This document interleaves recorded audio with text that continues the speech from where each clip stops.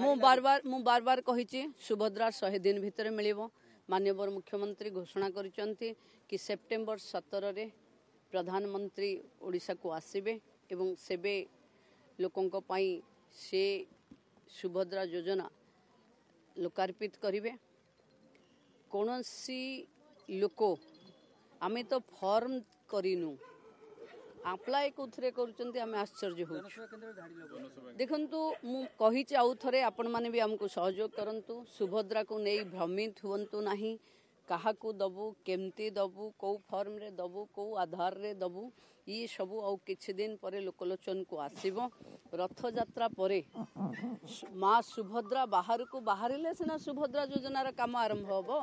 माँ सुभद्रा रथरे आसिले सुभद्रा योजनार फॉर्म भी बाहरिबो काम भी होबो।